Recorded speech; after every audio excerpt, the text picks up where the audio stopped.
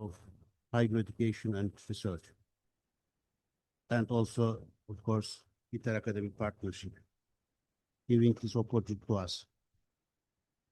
In an era of profound global transformation, science diplomacy has become a vital channel for international collaboration, trust building, and responsible innovation. Now here is this more evident than in the rise of artificial intelligence. Artificial intelligence has the potential and enhance scientific cooperation and inform better decision making, but it also raises complex ethical, political, and social questions. In this panel, we bring together distinguished scholars representing different parts of the scientific ecosystem.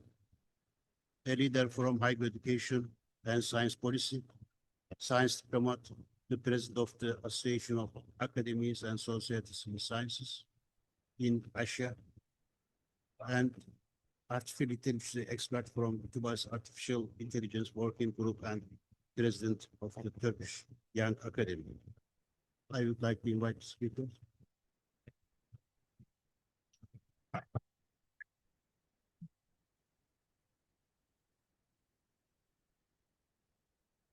Now is okay?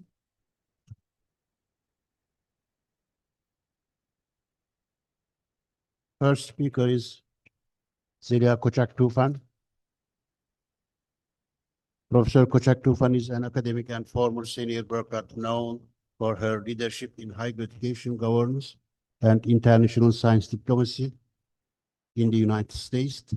She served as a diplomat at the Turkish Embassy in Washington, D.C., advancing education and science diplomacy by connecting policymakers, academics, and global stakeholders. Second speaker is Professor Özdemir. He's head of industrial engineering at Marmara University and a TÜBA working group member specializing in artificial intelligence, intelligent manufacturing, simulation, and strategic planning. In his early research career, he led major AI projects as TÜBİTAK, including flight simulators, virtual pilots, and intelligent robotics, and contributed to NATO and European Union technology initiatives. Third speaker is Professor Dr. Ali Nuri Yurtsev. Professor Yurtsev is a full member of TÜBA and president of Asian Academic Science Associations, and recently also selected EMAN presidents, Europe Mediterranean Academic Networks. Known for his work in international relations theory, European identity, and Ottoman diplomacy. Internationally active, he has held visiting positions at Oxford and Kansai University, and also authored notable books and civilizational approach to Ottoman diplomatic history. Fourth speaker is Professor Dr. Mürsel Doğrul, Associate Professor, He is an international relations scholar at the National Defense University and president of the Turkish Young Academy, working on Japanese foreign policy, energy security, and the social impact of emerging technologies.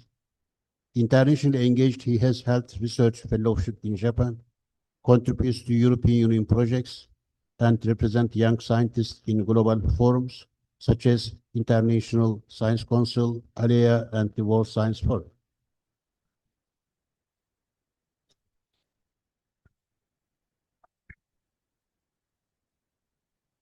All together, they will explore how artificial intelligence can both support and challenge science diplomacy and governance, and how we can promote ethical artificial intelligence, equitable global access to scientific knowledge, and resilience against misinformation and fragmentations. Our aim is to develop a values-driven vision of science diplomacy that is inclusive, forward-looking, and be able to navigate disruption. After short intervention from each speaker, we will open the floor for discussion. So I invite you to listen with questions and ideas in mind. I would like to thank the science diplomacy workers, co-workers, who are contributing to world peace and sustainability of welfare of human being so far and forever. Thanks for all.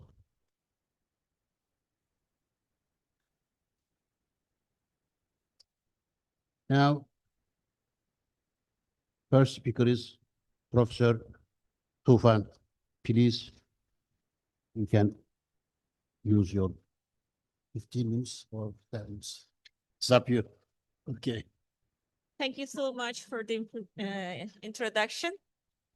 I want to greet you all with deep respect, and I want to thank everybody here to make this happen, to gather all the scientific world together and talk about the science diplomacy, the gaps and the solutions, so that we can find common grounds, and we can share our experiences. And thank you for inviting me too. You did a very good job to invite me here from the field. Although I'm not, can I have my presentation here, please? Technical team, can I have my presentation here, please? Okay. So as a professional area, I'm a medical doctor coming from, so yeah, this is my presentation. I think it's not working though. Yes. We will talk about the bridging borders, generations, and disciplines in the AI area. And my talk, the title of my talk will be the Strengthening Global Ties, Really. Why did I put it here, really? Because I'm coming from the ground. And I'm not a professional on science diplomacy, but I was an actor in it. So as a scientist in the diplomatic area, I had my challenges. And so everybody knows here that one fits all doesn't goes for science diplomacy, for different nations, for different institutions, for different disciplines. You have to use other methods to move on. So I want to share the tools and best practices, depending my experiences from the field. As I said, I am sorry for I'm not from the social sciences deep diving in the area, but about bridging borders, generations, and disciplines, the hardest one is disciplines, bridging disciplines, because bridging borders is any country know the diplomatic relationship issues, and if they want to come together and work together, it's easier than working with different disciplines. That's my experience, actually, from the bureaucratic level and the, yeah, it's right now. And who am I talking on this subject? As I think something is wrong with this. But I was a medical doctor, a researcher, a student for 30 years in different countries. I have experiences. And then I was appointed to the Council of Higher Education as an executive board member. So I had to work in a policymaker body. And as a scientist behind, it was a little bit different from seeing everything from the other side of the table. And then COVID appears, and we had a lot of crisis to manage with different countries, with different colleagues. Although we had experiences on international field as a researcher, we had to build on sincere communications and connections with other countries on a diplomatic level. And then I became the education counselor covering science as well in the United States. I'm sorry, this is not working, just telling you. 5 times, and then it works. So I worked in the Washington, D.C. as a diplomat, covering science as well in the education. So I will start with the bridging borders. That is why I'm here to share my experiences from the field, not from the professional area. So this science diplomacy for global challenges book is a very important coverage from different aspects of the science diplomacy in today's problems.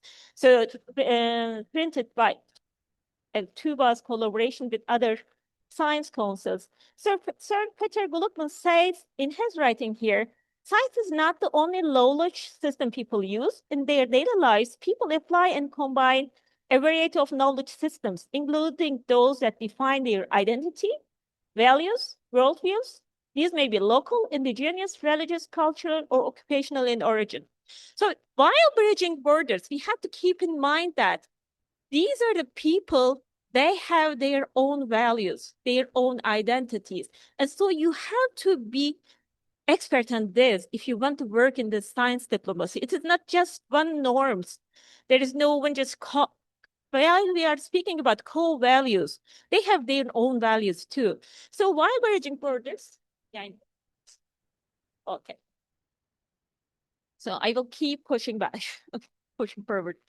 So you have to know each other. So you have to create platforms for people to know each other like this. There are international organizations, platforms, fundraising communities, institutions to make these platforms happen, to people know each other more, like this one, that we are drinking coffee together, what's going on in your country, what are the opportunities for us, what our country is has a potential for opportunities for funds, grants, and we are doing these institutions, these relationships, etc. So we came together to work together for the future, for the global problems, to find global solutions. What are the tools for it, for bridging borders? You have to know the institutions very well. If you're a diplomat in another country, you have to know your own country very well. So I was very lucky to work beforehand 2 terms in higher education council. So I know which of my university, which of my institution has the strength in a particular subject. Not all the diplomats have this one. So we have to provide the tools to follow these institutions, these studies, these funds, these grants. That's why I wanted to share, in my perspective of view, the tools from US to Turkey. So these institutions can work together. These are the science diplomacy tools of Turkey. These research centers, institutional level, and also governmental level. So I wanted to provide these platforms and the institutions to others, to my counterparts, because not everybody is familiar with it. There are some deep diver scientists who are very good at their area, but they don't know their counterparts, their opportunities provided by other countries. So for bringing institutions and people together, we need platforms that we have to create under the science diplomacy knowledge. There are very good that I want to share with you the best practices, I said already. In the US, in Washington, D.C., I had an experience to follow up the post-COVID efforts on that. And Johns Hopkins Science Diplomacy Hub is a very good best practice example because they are bringing diplomats, researchers, and the institutions and NGOs together on particular subject. Different from other conventions, other conferences, etc., they don't have particular subject. As a diplomat, you have a lot of subject from quantum to AI, from healthcare to, let's say, climate change, etc.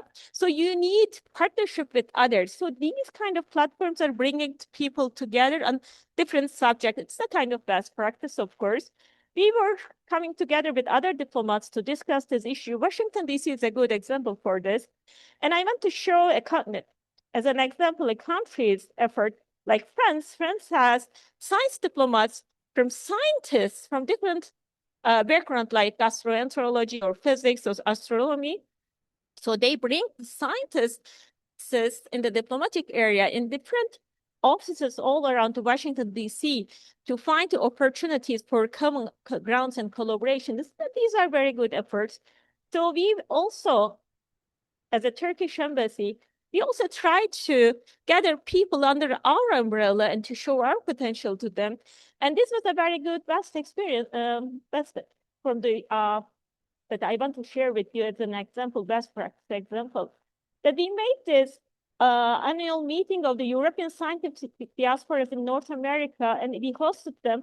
And there was a very good opportunity for all these diaspora to come together with the American institutions there. So as a science diplomat, I realized that these kind of efforts are building partnership from people to people, because whenever you made great MOUs, great protocols and top level, it doesn't mean that you reach the bottom.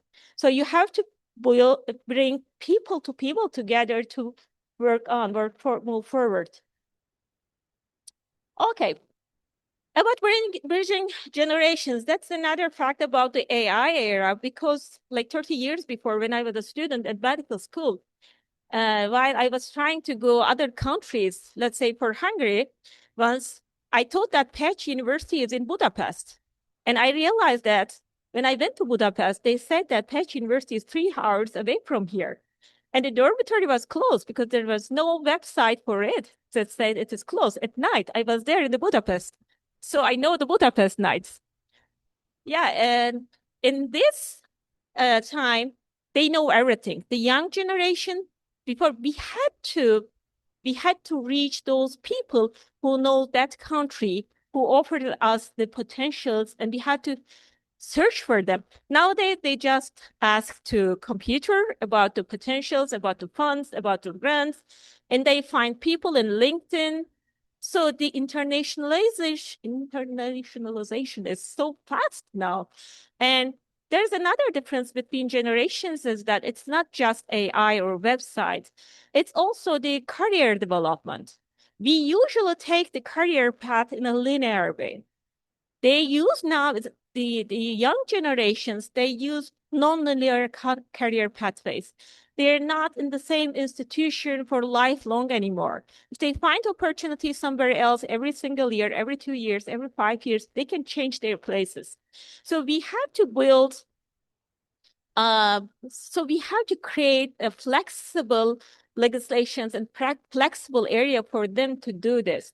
Otherwise, they want to make research, they have the potential, there are some priority areas, they have to go another country, and then visa appointments are a problem.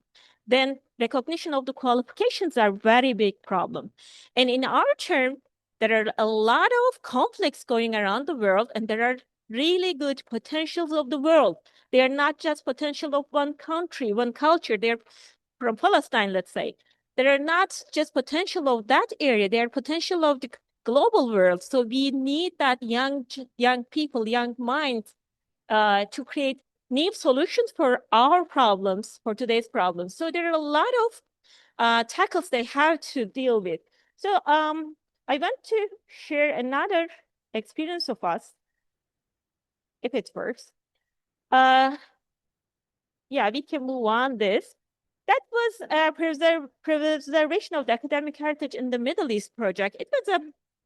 It was when we realized that there will be more and more refugee students and researchers coming to Turkey in those years. It was like 10 years before. There was a crisis in some countries, and there were hundreds and thousands of students coming to Turkey. And we had to deal with a lot of paperwork because we were not ready in terms of legislations. And we searched what Germany does, what European Union does, what other countries does, but nothing was similar to our situation. So we have to create our own legislation on recognition of the qualifications, which did work. Even for those who doesn't have any papers, it was very important for them to keep their academic heritage, their researchers in other universities as well. So we wanted to raise their voice, and we made an international project under the auspices of Turkish presidency. We went several countries, we got their stories, we learned a lot from them. Because as a refugee, they were in the same basket, but actually there were scientists on this and this and this, and they were tackling with different problems. So we learned a lot from them. And then we got their stories and shared it with the international community in a policy, with the politics, with the diplomats. We came together with the parliament members. We went to UK, we went to US, we went to Brussels, and we wanted to share their problems and what did be done as a solution and what can they add more on it. So it was a very nice project, actually, one of my best. So I love this project because I learned a lot. I was there to try to solve their problems, raise their voice, but I learned a lot during those 2 years about bridging disciplines. It is rad. It's very hard because some of the scientists are very conservative on their area. And it's very hard to, as I asked one panel before to my colleagues, how do you engage deep, diverse scientists to policy-making projects? It's sometimes very hard. There are some diplomats who has scientific origin, but they say that after completing my PhD in physics, I realized that I don't want to be in laboratory or university all the time. I have my potential in social sciences, so I also studied international relationships, and I am dealing with the sciences, but that is something else. The percentage is very low, but bridging disciplines is the most important thing because it's not just top-down strategic level, but bottom-up level of collaborations involving individual scientists. So you have to go and find those deep divers. What is the current situation? Do we have a culture of collaboration with other countries? This is a very nice report I like from the Clarivate, showing our regions, these regions. Whenever I say our region, it's sometimes very hard. When they ask in the first session in the welcome, who are from Europe, Turkey is from Europe, and European research area and European education area. Who are from Asia, Turkey is from Asia. Who are from the Middle East, North Africa and Turkey region? Of course we are. So it's a bridging country. But these reports is from the Middle East and North Africa and Turkey region. And as you see here, it shows the 5-year periods of the publication process of the countries. Iran and Turkey is the leading countries here, but the 6 countries dominates this picture and account for more than 80% of the total regional publications. But most of them, for Iran and Turkey, let's say, although the growing publications are very important, they are local papers, not collaborating with others or collaborating less. And who is working with who? This is an important report, as I say, because it's also reviewing other studies. And they say that language is very important, you know, because the Egypt goes to Saudi Arabia, works with them. Morocco goes to France and United Arab Emirates, and Qatar goes to UK. Turkey goes everywhere because we don't have the language dependence on other countries, let's say, or common language, let's say. So this is very important because who has a culture to work with who knows their mindset, each other, and what can we do with this? What can we create more collaborations with other countries that are not working together? Yep. Oh, this is a title, you know, this is a challenge that I have to handle. That's okay. So as I said before, the impact of research for Iran and Turkey is a clear index of their national performance. Still, we have other countries like this as well. They collaborate with other countries. Let's say for Turkey, it is mainly United States, United Kingdom, Germany, but we are also collaborating with other countries. For Egypt, our hosting country, it's a lovely venue, you know, lovely hotel, lovely country. They are working with Saudi Arabia, United States, and Germany and other countries as well. So these are the current picture that we have to focus on, who goes with who and what is the strength and weakness of this. So what can be done more with those countries? Oops. To amplify the collaborations, of course. 5 times or 6 times? Okay. Oops. And another aspect of collaborations are which country is strong, but why are, so from publications level, Turkey is strong on medical sciences. It is obvious here, while others are focusing on technical and basic laboratory sciences while publishing. Although Turkey is a balanced country in social sciences and technical sciences and in health sciences, our healthcare is very well known. This is our health infrastructure is very good. In the last 20 years, it's improving every year. So this is a new model of city hospitals in Turkey because they are affiliated with more than one university. They have research centers there.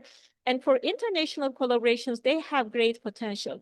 It is my hospital, this one, Ankara Bilkent City Hospital.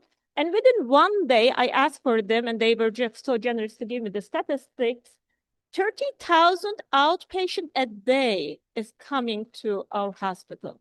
It's a 6-hospital complex. It's a huge one. I work in the last on the right side, and I'm responsible from the last on the left side's intensive care unit.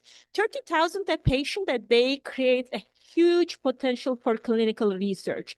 So these infrastructures allow us to publicate a lot of papers, of course, and work with other countries. Okay. This is another article, our President Muzaffer Şeker's article on the Turkic countries. And if you see on the left side, Hungarian Academy of the Sciences are the first in the ranking of Turkic countries. Gratulalı kolegam. So, because it's an associated country, of course, but it shows the institutions, universities, interests, and the potential for collaborations for different Turkic countries as well. As you see here, it's a bibliometric analysis, but although that, it shows that some countries are focusing on more social sciences, some fundamental sciences, and Turkey has a balanced research ecosystem there. And what is European Union doing is a very good example for cost action. Cost actions are, it's a good opportunity to join a cost action for any country because it's not just funding the project itself, but it is funding the collaboration. So you have to come together with 7 countries. It's very important to create policies together, to work together, to make webinars together, etc. And I think that we have to raise more fundings like this, like cost projects, because thematic areas already has a lot of fundings and grants, but these kind of collaboration, the goal is collaboration in this kind of project. I think we have to increase this kind of project in different geographies as well. It's my last slide with Will Coglesier, and as he says in his article here, aspirational rhetoric is inspiring, but effective policies, real action, and adequate funding are hard to implement and sustain. Thank you for listening. These were my experience. I would love to hear your questions after the panel, I guess.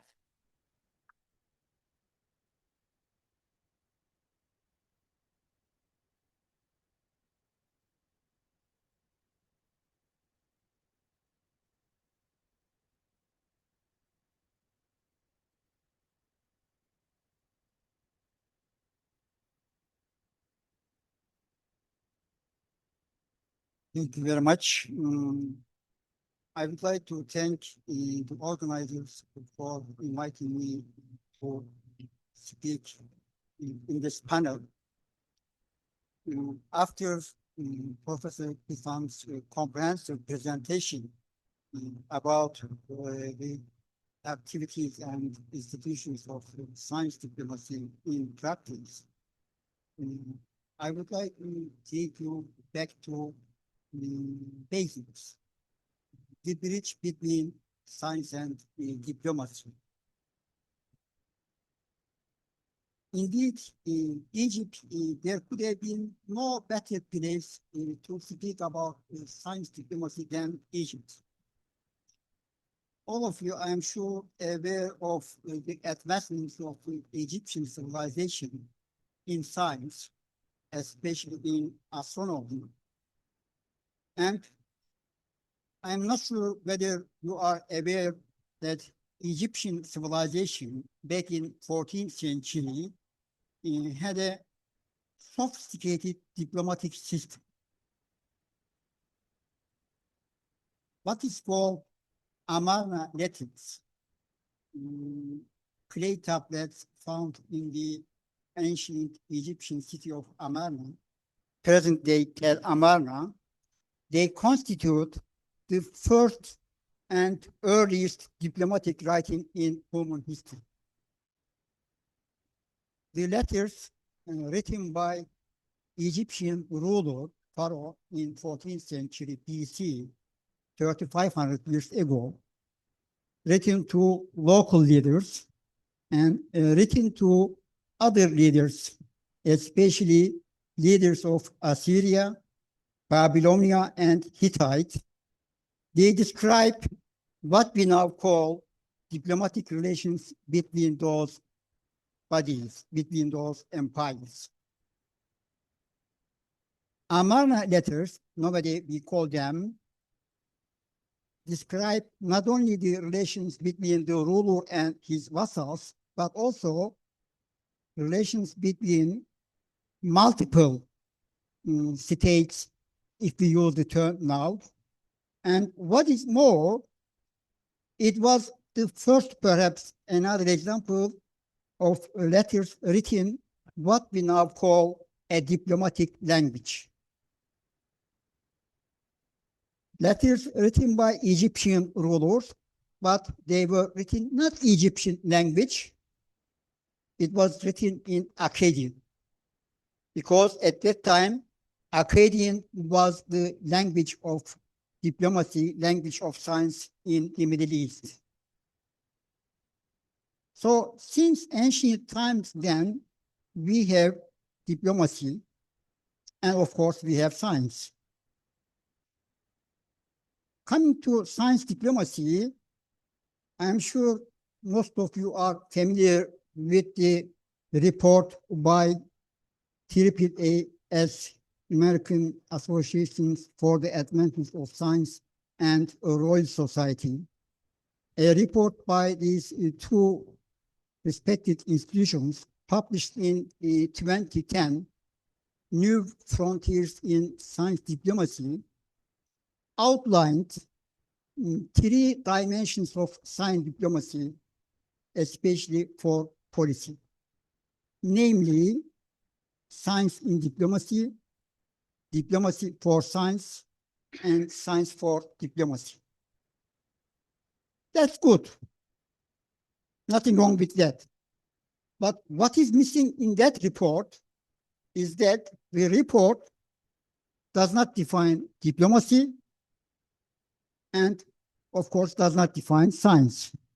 We all know what science is, and they assume that we all know what diplomacy is. But when you read the report, you see that diplomacy is used basically in two senses. On one hand, it was used equal to what we call foreign policy. On the other hand, it was used equal to what we call international relations. Indeed, in the literature of diplomacy, these two meanings of diplomacy widely used. But on the other hand, there are two more meanings in the literature of diplomacy. Diplomacy refers to a system, a mechanism through which actors communicate, negotiate, and bargain. And also, a fourth usage of the term designate, as we use it in everyday language, referring to being kind or being tactful.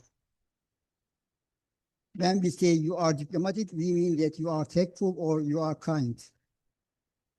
But in my talk, when I discuss diplomacy and science together, I'm going to use the first two senses. Diplomacy referring to foreign policy and international relations, and diplomacy referring to a system, a mechanism, how to conduct relations. Conventionally speaking, diplomacy means the conduct of relations between recognized actors by recognized or authorized agents. This is the meaning we find in the Amarna letters as well. And when we look at the development of diplomacy in practice and literature, we see that, especially in modern diplomacy in 20th century, diplomacy came to be called as a public activity. So what we see then, diplomacy, first and foremost, refers to conduct of relations by recognized actors through recognized authorized agents by peaceful and public means. So based upon this, I think we could take three takeaways. First, diplomacy or diplomatic knowledge, if we may say so, is reliable and responsible. It is reliable. Why? Because it is advanced, it is propounded by recognized agents. It is responsible because the sending state, His Majesty or the state, they takes the responsibility. So diplomatic writings, diplomatic knowledge, compared to, let's say, journalism, conceived as reliable and responsible knowledge. Secondly, diplomacy is a public and peaceful activity. So diplomatic knowledge is open to everyone. It is not something secret. If it is secret, it's not diplomacy, it's intelligence. Diplomacy differs from intelligence by being public. Intelligence is a secret activity. And diplomacy is something peaceful. So the use of violence, the use of force is not diplomacy.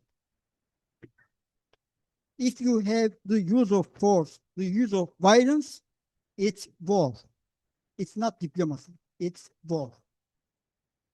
So the third takeaway I would like to outline in diplomacy, diplomacy is a permanent and inclusive activity. Diplomats try to keep channels of cooperation, channels of communication until the last hour, as they say. One more thing, perhaps, I would like to mention about diplomacy. I'm sure all of you heard of this principle, innocence of the messenger. The owner of the message bears the responsibility, but the diplomatist himself is innocent. So this is an extension of responsibility. So when we transfer to this science, then science diplomacy must be based upon reliable and responsible knowledge. It must be open to everyone, and it must be inclusive. No one should be excluded. So these premises I have just mentioned, reliability, responsibility, publicity, publicness, and inclusivity, I think constitutes the basis of science diplomacy. And as scientists, if we are to engage in scientific cooperation, I think we need to learn from diplomatists as well. Before I finish my remarks, I would like to go back to that report published by Royal Society and AASSA. In the very introduction of the report, they say that diplomatists and scientists are not fit as suitable bedfellows. And they say that scientists seek for the truth, but diplomatists, referring to 17th century famous English ambassador, Sir Henry Wotton, diplomatists do not seek for the truth. Henry Wotton in 18th century, well, in 17th century, he famously said that a diplomatist is an honest man sent abroad in order to lie for the good of his country. So the report quotes this sentence by Sir Henry Wotton, and they say that diplomats and scientists are not suitable bedfellows. I think they got it wrong. Because Sir Henry Wotton made that remark as a joke on the one hand. On the other hand, he made that remark because as an official diplomat himself, in every circumstances, he was to defend the good of his country or the good of his majesty. But the diplomatic tradition since Amarna letters and modern diplomacy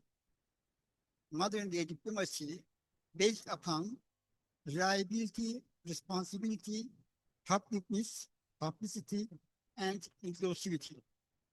So the report, as I have said, got it wrong. In the literature of diplomacy, science diplomacy as a term, unfortunately, has not yet been recognized. Although science diplomacy is a very common concept, and the report by AASSA and the Royal Society published in 2010, the most widely used dictionary of diplomatic terms compiled by G.R. Berridge and Lorna Lloyd. The third edition published in 2011, and I don't, to my knowledge, a fourth edition has not yet come.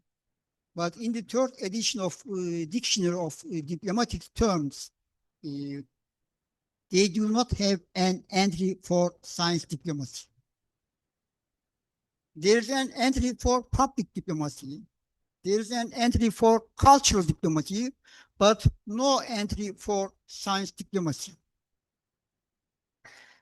So it shows us that we still need bridging between science and diplomacy.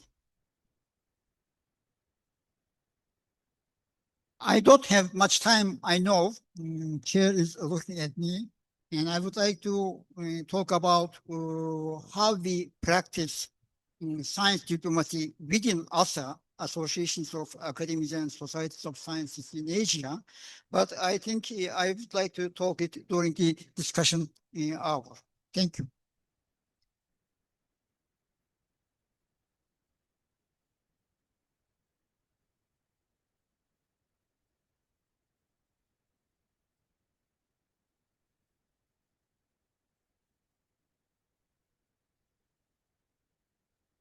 Thank you, Mr. Chairman, ladies and gentlemen. I will be talking about how AI is going to be actually having an impact over the diplomatic or science diplomacy. Can you start my presentation, please?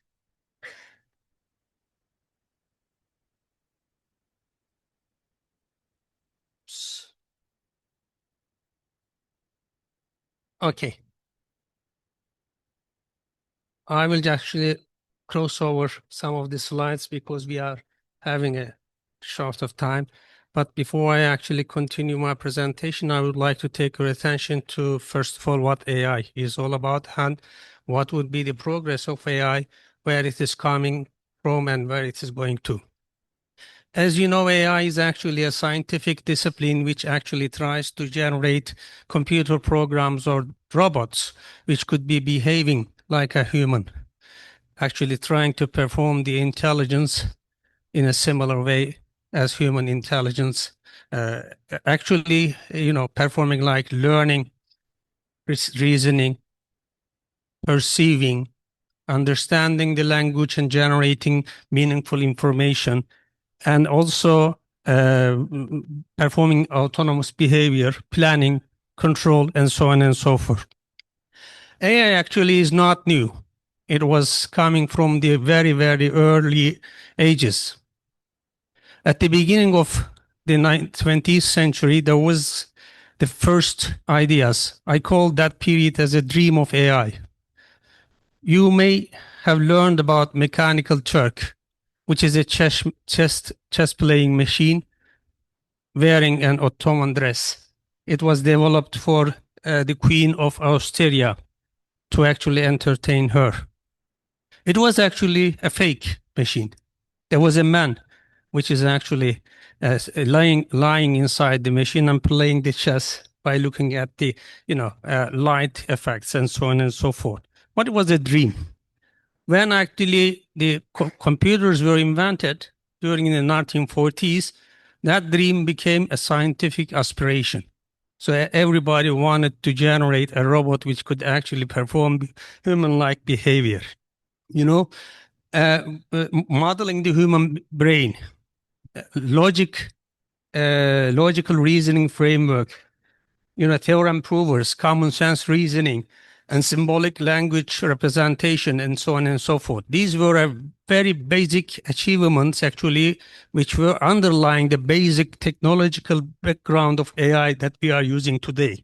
When we came to 1990s, we have seen that AI started to solve real-life problems. It was a problem-solving tool and started to commercialize. Expert systems, machine learning, genetic algorithms, fuzzy logic. These were very popular, and still we do see a lot of examples of those in our life, even in our pocket at the mobile, and so on and so forth. The idea actually was trying to solve the real-life problems, or learn from examples, learn from solutions, learn from cases, and so on and so forth. After 2017, we have realized that actually the machine can also be working together with natural language processors. Actually, we have generated a computer which can talk to people, which can actually explain, generate the text, generate pictures, actually talks about events, and so on and so forth. This is generative AI. And it seems to me that it will go up until 90 and 30. From 23 to 30, we are going to have artificial general intelligence. In this case, we are actually talking about human-like intelligence and the ability to teach itself. That means the AI will be able to teach itself, to align itself into the progress around the environment. And from 2030 beyond, we are going to see another breakthrough in AI. That's actually what we are foreseeing right now. That's going to be actually hybrid society where human and machines are living together, having the intelligence beyond ordinary human intelligence anyway. AI is actually having an impact over the society in terms of nearly everything, in terms of economy, in terms of society, governance, science and innovation, ethics and trust, and so on and so forth. In fact, AI is acting as a catalyst for structural change, enhancing new capabilities, also bringing some new challenges as well. Okay, why it matters to science diplomacy then? AI is a strategic technology and functioning both as a technological tool and also as a geopolitical actor in today's world today. It could easily lay out global scientific cooperation and competition foundations, and also it could facilitate data-driven decision-making and cross-border research. It could address complex challenges in global governance, and it could have the potential to serve as an central mediating instrument in modern science diplomacy. Understanding AI is therefore a critical issue in having a better opportunities or better benefits out of this world. Okay, when we look at AI in science diplomacy, we actually see two pillars. On one side, AI is used as an instrument. On the other side, AI is the subject of the diplomacy. Okay, what happens when we actually look at the instrument side? AI is an instrument for actually enhancing global transnational scientific collaboration. It has a lot of capabilities like data analytics, like simulating the real life scenarios and collaborative platforms, and actually bringing all the researchers from different communities to share their works. Multilingual NLP systems, NLP systems are removing linguistic barriers. We don't need to know our each other's language anymore because AI is taking care of that. Distributed AI computing is reducing the dependency on physical infrastructure, and AI-supported exchange of knowledge, expertise, and resources are making the life easy for us. And cross-border innovation hubs using AI is to coordinate the projects is really becoming very helpful. Data sharing and harmonization. That's another area where we could see AI, because AI is going to be one of the very critical technology for evidence generation, for evidence-based policy discussions.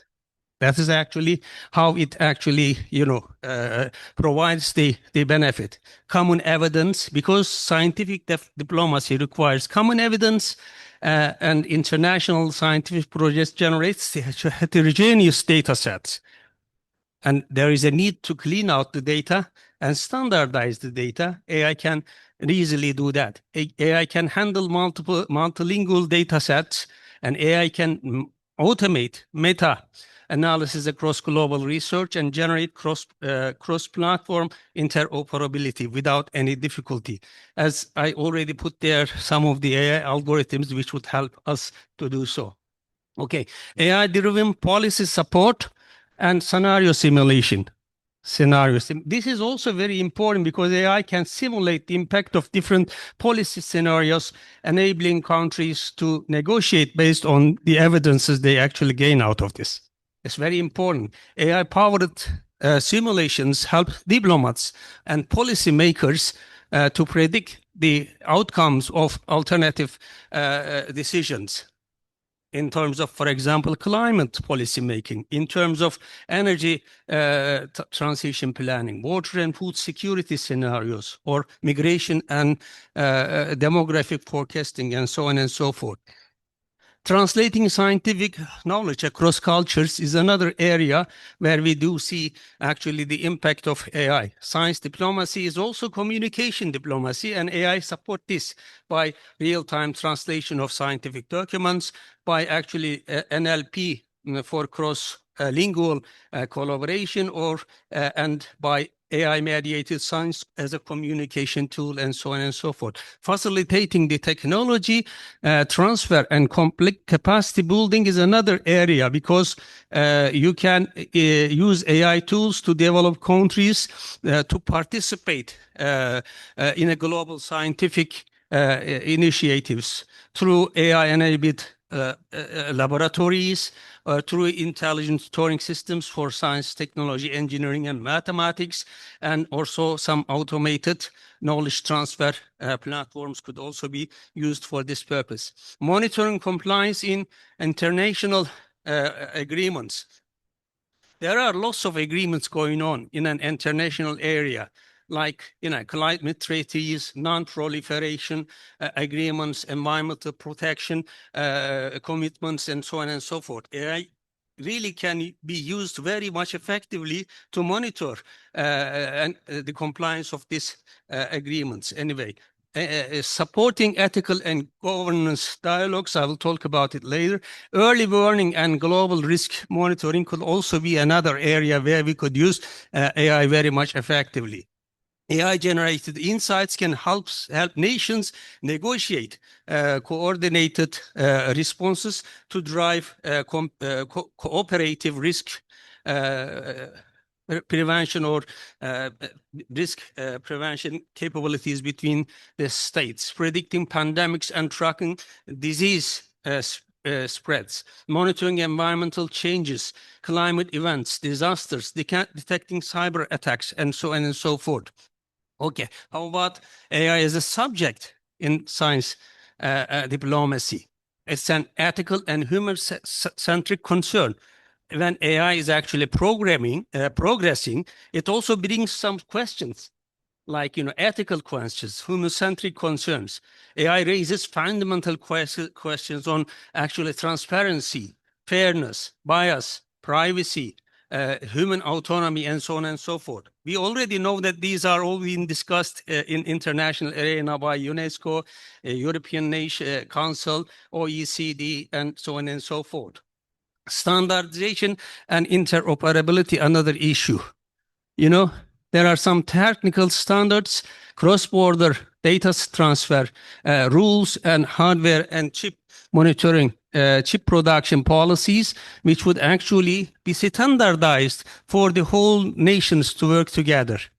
How can we do that? We can really use AI to get benefit about this. Geopolitical competition and strategic stability. That's another area. AI can be used for good. It can be used for bad as well. Okay, somebody needs to, for example, control autonomous weapon escalations. Somebody should control algorithmic arms races. Abuse of AI for disinformation on cyber or cyber attacks, and so on and so forth. This is a big discussions among the nations now. And here AI becomes the strategic diplomatic concern compared to nuclear technology at the beginning of the 20th century anyway. Global governance of AI, that's another area. The complexity of AI, actually, the complexity of AI related transcends boundaries, actually requiring global risk assessment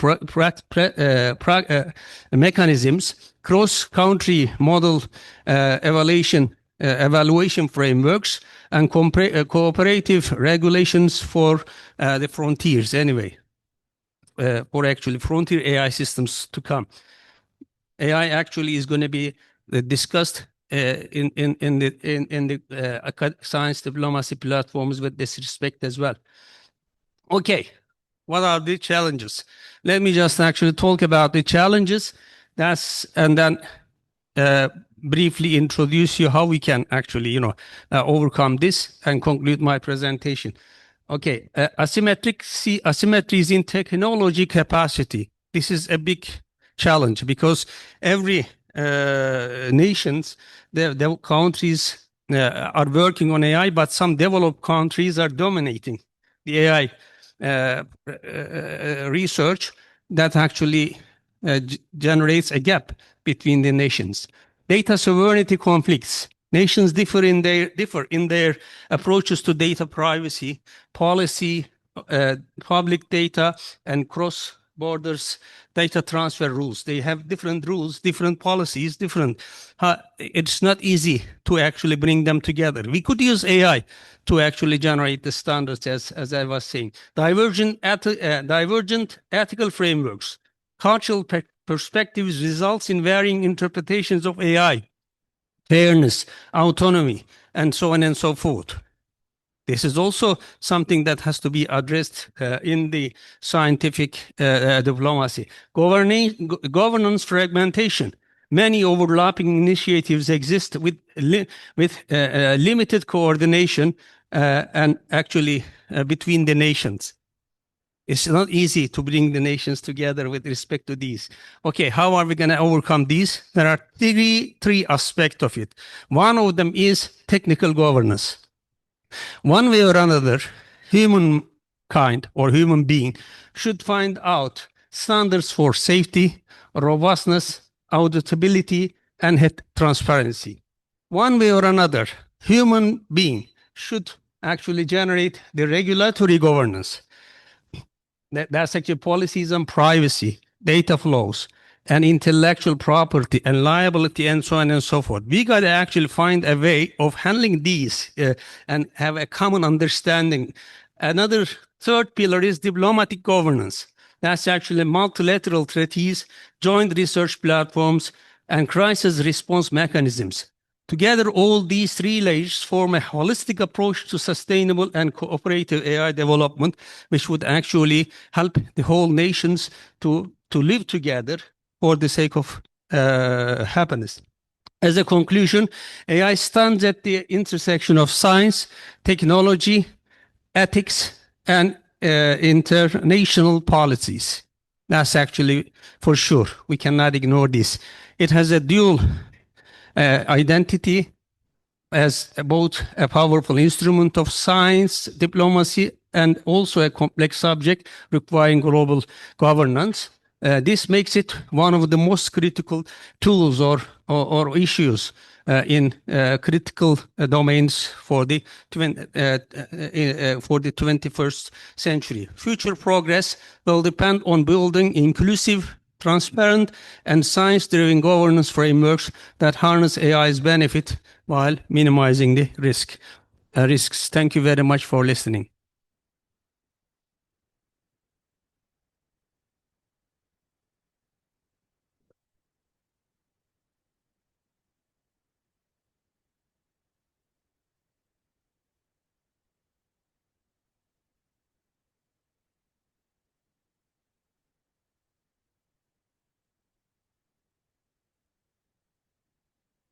Dear participant, valuable presidents, representative of the Academies, representative from the Young Academies, thank you so much. It is very nice to be here. I also would like to start my speech by thanking Inter-Academy Partnership and also the hosting academy, Egypt Science Academy. And today I'm going to talk about AI integrity and future of science from a young academy vision. After valuable speakers, they were recap title from different angles, from theory to practice, from all perspectives. So before starting again, the early researchers' situation in the time of critical change is another case. In a good case or bad case, let's look at together. We are living and we are using this notion, global transformation. The global transformation brings us some kind of disruptions, as listed in the slide. Pandemics revealing systematic vulnerabilities, geopolitical fragmentation challenging collaborations, climate emergencies demanding urgent actions, and digital transformations reshaping communication. Scientific empowerment are waiting there to encounter such difficulties. AI-enhanced research capabilities are increasing. Global digital networks and platforms are also increasing. Open science and data sharing is getting democratized, and the interdisciplinary tools and methods are prevailing. In this time, in this scenario, AI in every scientific practice, we feel the AI in every scientific method and phase. The literature writing is getting faster and faster. The doing coding analyzing, and also getting everyday activity.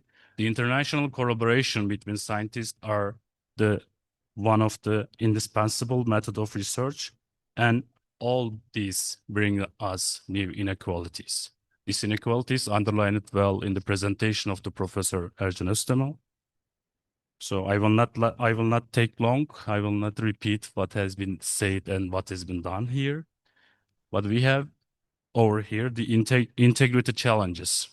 To integrate the novel, innovative research method to our scientific research, we need to face kind of titles and consideration. One of them is authorship and accountability. Still one of the title. So there are discussion whether the AI generated source will be accepted or the AI agent will be accepted second author or not. And the embedded bias, which means that AI training data often reflects historical inequalities and biases, and dual use of the risk, which AI can be misused for harmful application, and inequality success, who can reach AI, which is very advanced technology and very sophisticated technology. And these challenges demand transparency, responsible usage, and clear ethical frameworks for the case of young scientists as well.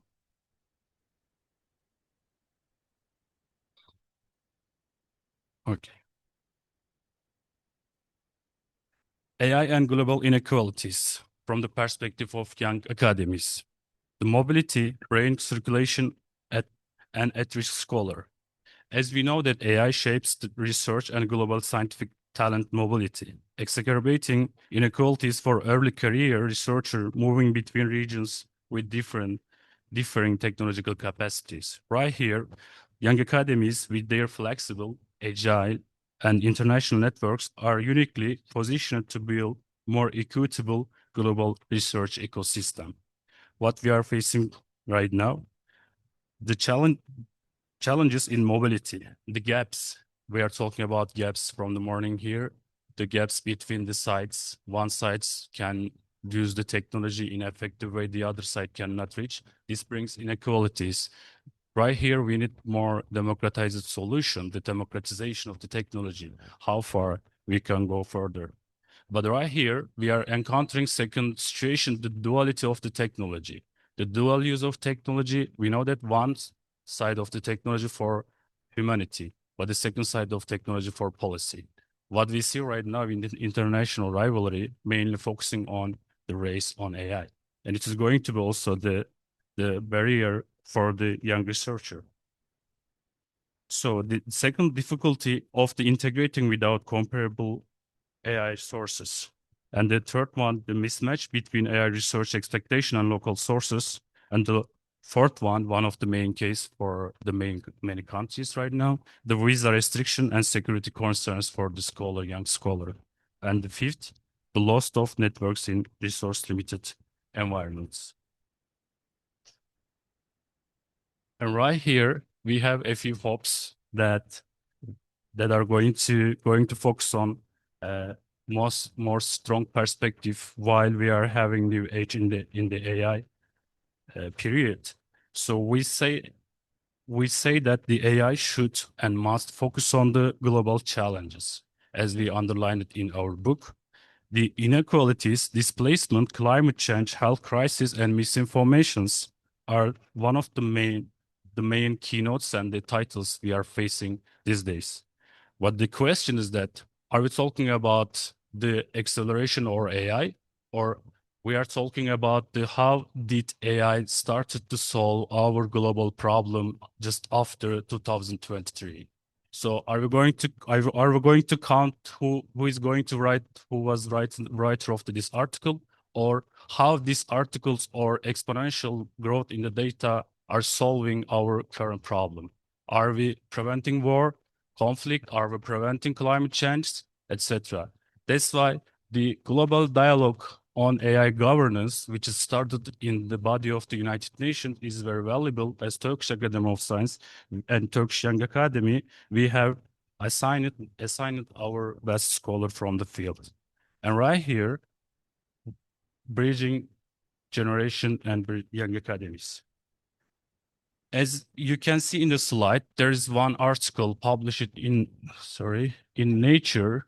It was one of the great articles on young academies, written by the founder of the Hungarian Young Academy. I would like to thank to them.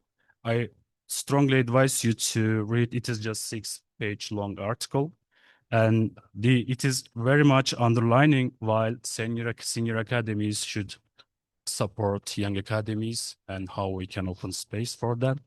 And here I would like to especially thank the Turkish Academy of Science, our senior academy, every day and every week support the Turkish Young Academy with their own facilities and everything, awards project.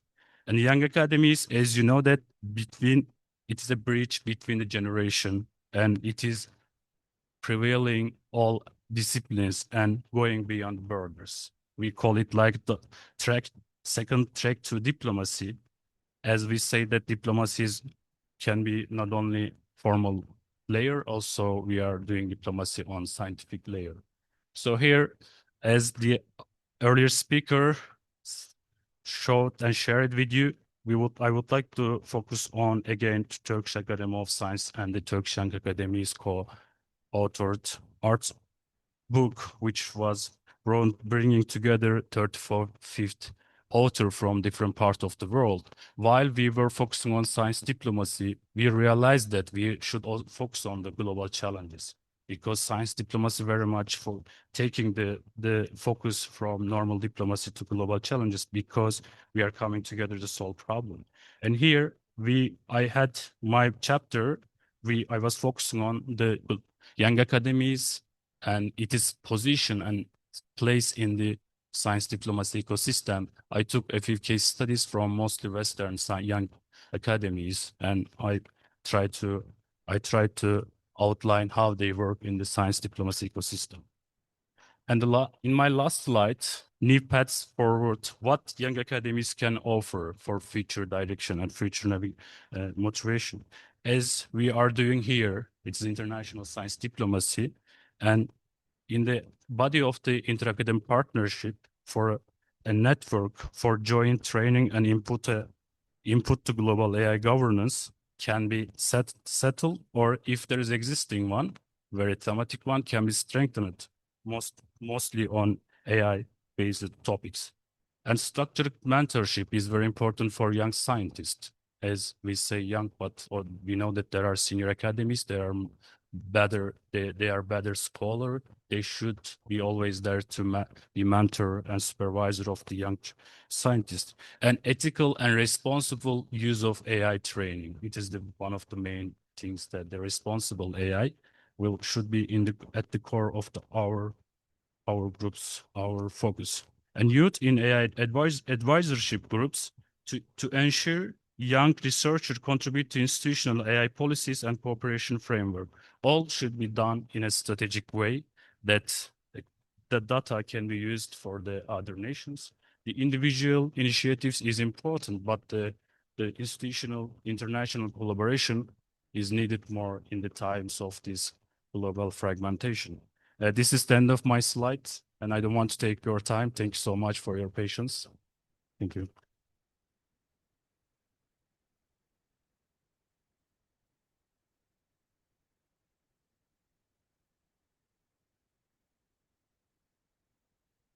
Thanks all. Now we have a question time, but I would like to ask my questions to you in order to speech turn. Professor Tufan, drawing on your governance and international experience, what are the most urgent priorities and most effective strategies for advancing science diplomacy in the artificial era?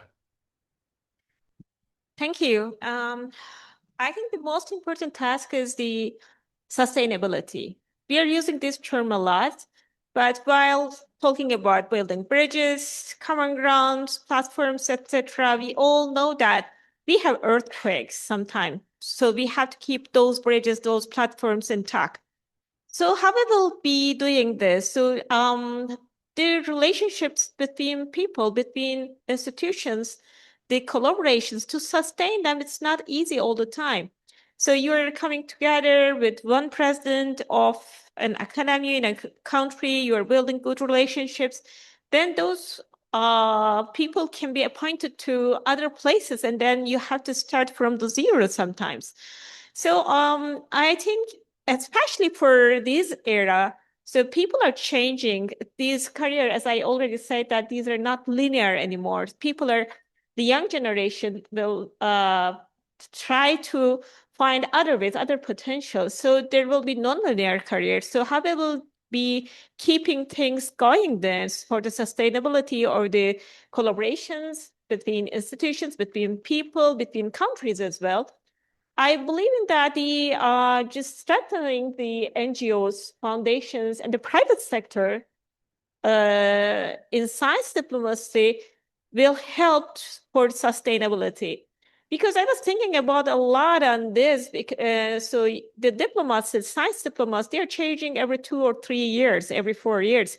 Sometimes they're appointing for 2 times, sometimes not. And then the leaders of the institutions, the governments are changing. The conflicts can appear in some countries. While you were running an international project with like 4 or 5 countries together, and how you will sustain this, I think this is this can be done with the platforms, the civil initiatives, the NGOs and foundations together. So if there is none on a particular subject, we have to create its own private sector as well to keep the sustainability, especially in AI area. So things are changing a lot in the social and economic level, of course. But AI will be leading some of our generations as a scholar, because we know that we can have assistance from AI. Of course, it accelerates everything for science and itself. But for the future, there will be some people, for some generations, they will be asking to AI for those questions, and they cannot rely on the answers, but they will believe them because they will not have enough experience on it. There was an Afghani saying that you have to wait for 9 months for a baby, but for 90 years for a senior.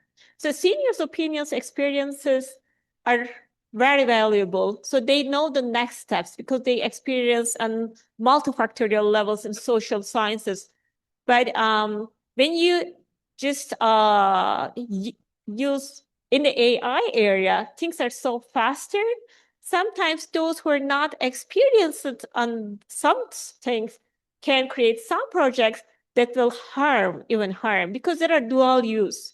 As we say that, as professors Arjan said, that AI can be good and bad. So we have to lead AI era before it's leading our generations. I think this is the two important tasks that I can talk about. And the other one will be the flexibility, because we will need new regulations for the new era, especially for the post-COVID era. In the pandemic, we experienced that a lot of regulations didn't work to solve the problems that we were preparing for 100 years. So when we faced really with the pandemic, in the National Academy of Science with the CDC, they were just questioning why some populations were not ready for the pandemic, because we were preparing for it. For X pandemics, we were preparing for that, but the reality was totally different because the societies are changing. So we need more flexible regulations for things going on. Thank you. Actually, just mentioned, but I would like to extend a little bit more. Given your work across health, education, and international cooperation, how do you see countries approaching science diplomacy, and where does Turkey hold the strongest potential to contribute this issue? Thank you. So I think after COVID, especially, the United States and the European countries are handling the science diplomacy on the ground in a professional way. But some other countries are just covering it under like educational cultural diplomacy. But you have to focus on that. There are very good best practices that are working with directly scientists and diplomats and priority areas.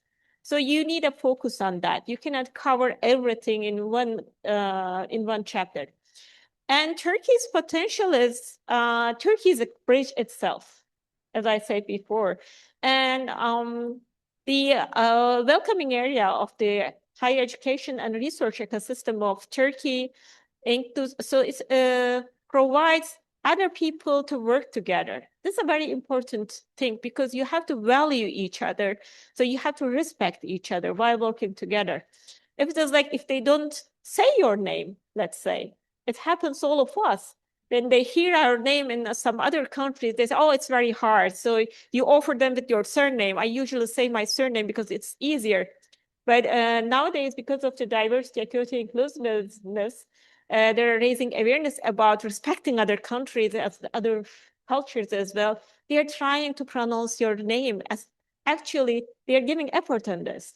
But sometimes we see some countries' representatives, they say that, oh, whatever it is, they just skip it. So you cannot work like that. So the common values are very important, but whose values? So we have to speak on that.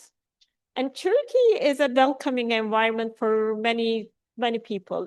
That is the strength of it. Of course, the balanced academic system of Turkey in healthcare, the health infrastructure, researchers, and the universities and the broad range of universities and the research infrastructures, especially for the recent years, they built research universities. They announced research universities, so they have different fundings. So these are the potential for Turkey to collaborate with other countries, I guess. Thanks. Professor Yusuf, based on your work on classic diplomacy and civilizational perspectives, which historical diplomatic lessons best inform science diplomacy in the artificial intelligence era?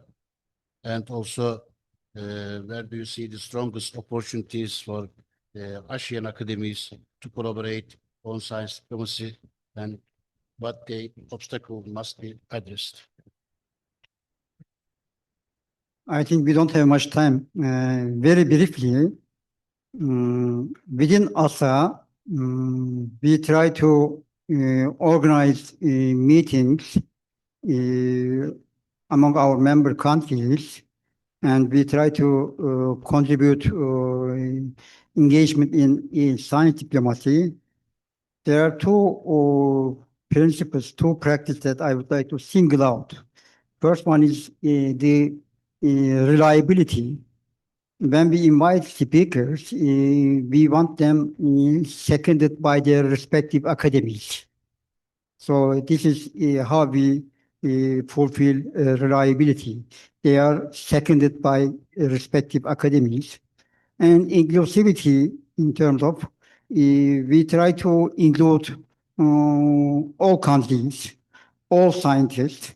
Just to give you two examples, perhaps in the last years. When in 2015, Turkish Air Force shut down Russian warplane, the relations between two countries collapsed. But the Turkish Academy of Science and Russian Academy of Science, they continued their relationship within AASSA. And also in AASSA conferences, we try to integrate all scientists. And we, for example, integrated scientists from North Korea. North Korea, as you know, isolated from international relations, but we try to incorporate them. I think these are enough to show our practice, but during the time of conference, if you like, I would like to give you more information. Thank you. To Professor, what practical steps can science academies and organizations like interacademic partnership take to build a stronger bridge between artificial intelligence, engineers, workers, studies, and diplomatic and policy communities, policymakers, so that technical realities and governance discussions stay aligned? Okay, thank you very much. I would like to be as quick as possible. It seems that generative AI is emerging towards general intelligence, artificial intelligence. To my understanding, natural language processing enabled by AI would be the main focus in order to actually, create a good communication and trust within the scientific diplomacy. And I think this should be very well enforced by organizations like IAP, sorry. Another area is generating a knowledge platform for knowledge integration, AI-driven knowledge integration, because we really need clean data, harmonized data, and we really need to work on heterogeneous data, and there is a need for some mechanisms to handle that. And the third area I believe that has to be going into is the policy simulations, generating platforms and tools for policy simulations and forecasting for utilizing the potential outcomes of alternative policies to decide and have a better societal impacts over the nations, I would say. Thank you. There is a questions online received now. In most professional careers, knowledge of the artificial intelligence is not included. It looks like artificial intelligence techniques are limited to a very specialized group of the professionals. This can have an impact on governmental policies on artificial intelligence. It is actually a comment, it's not questions, but in a multidisciplinary research work, can science diplomacy be defined in terms of participation of the intellectual property? Can you make a comment? Sorry? Can you make a comment on it? Can you repeat it again? I mean, in a multidisciplinary research work, can science diplomacy be defined in terms of participation of intellectual property? Yes, surely. Yeah, of Yeah. course. Definitely, it will have. As I pointed out in my presentation, we can without AI, we cannot think of the life. Not only in science diplomacy, in every area actually. As being an AI scientist, we always say that the world is not going to be the same as before 2020. So AI will be having an impact over all scientific disciplines, over all international activities. In fact, it is a global actor now, which would help the people to formalize their policies, to provide evidences for decision making through some AI algorithms. And also AI would also be, generating even the notes to be discussed within the meetings. So I don't see any way out of AI.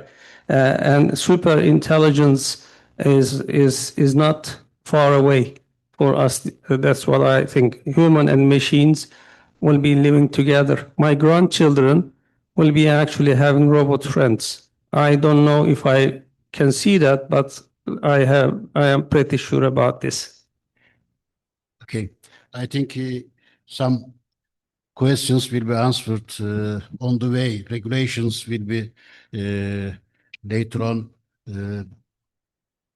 underlined with policymakers, governments, all coming together with scientists. Otherwise, it's so big problematic issues expecting to human being, like priority, intellectual properties. Now, from audience, if there is, yeah, please, microphone. In front.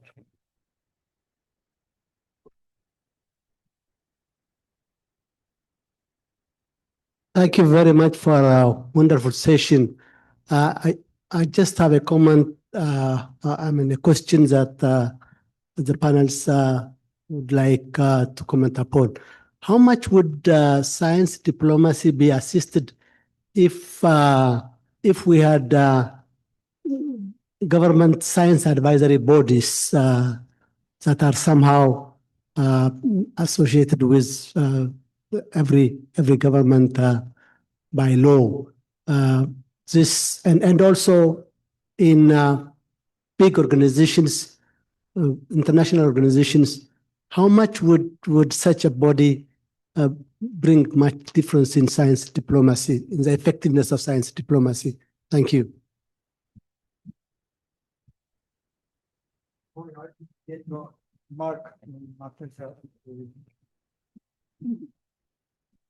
Says how much we are going to see the impact of technology over the scientific collaborations. That's what I understood, right? Too much. I think the simple answer isn't too much. In fact, it's totally up to the designers. If you are running your, scientific diplomacy, you will have to decide to what extent you are going to use technological tools. But to my understanding, you will have to use. You don't have a choice. You will not have a choice because the progress of the societies will definitely enforce all of the people or all of the nations to use a certain, technologies. The important thing is actually to generate standard tools, which would be verified for every nations to use. That's the idea, because everybody can use its own tool, but cultural differences, some international issues, nationwide problems would have an impact over the design of the tool, which would actually create some unnegotiable issues for the scientific area in the international collaboration, though. I think there is one question, just. Last question. Lunch is waiting us. Sorry about that.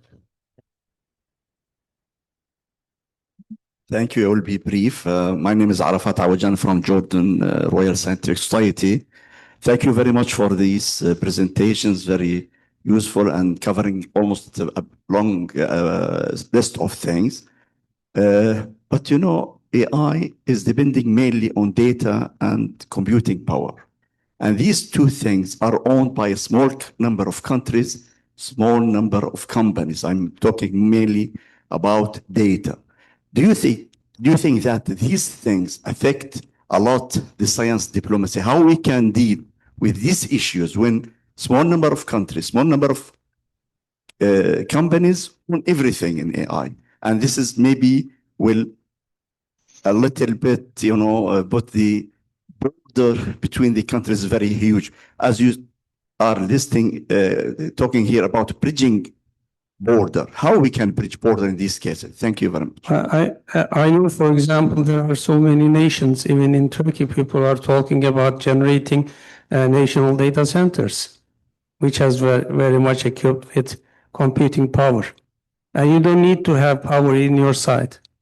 Your government can actually set up a data center with enough computing power. You can use those physical devices through distributed AI capabilities. That's no problem. Even now, we are using as a company or as a person, when we do the research, we need a lot of computing power, but we use it over the cloud.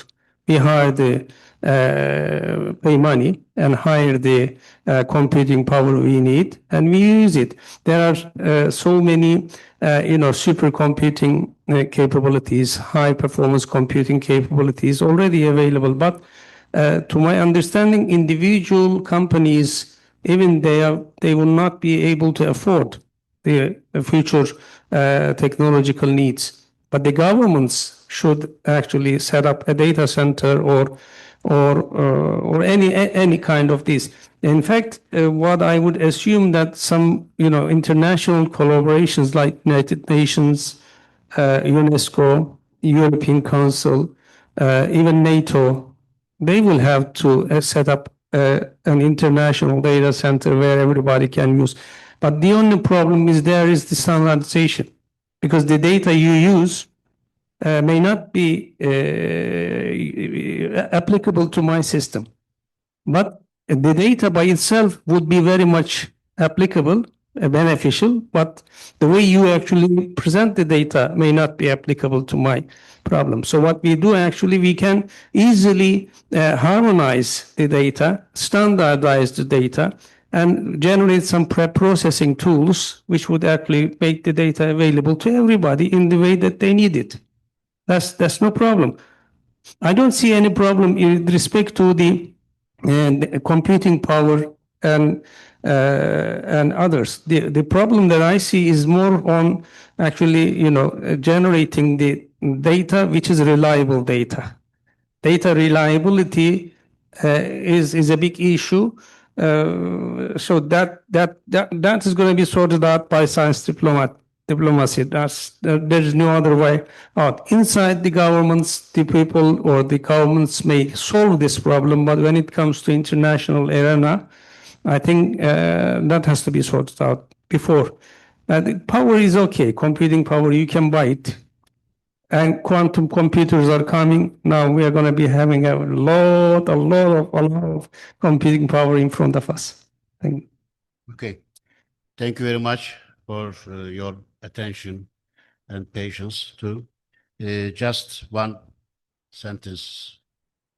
World problems is not possible to sort out by a nation or a country.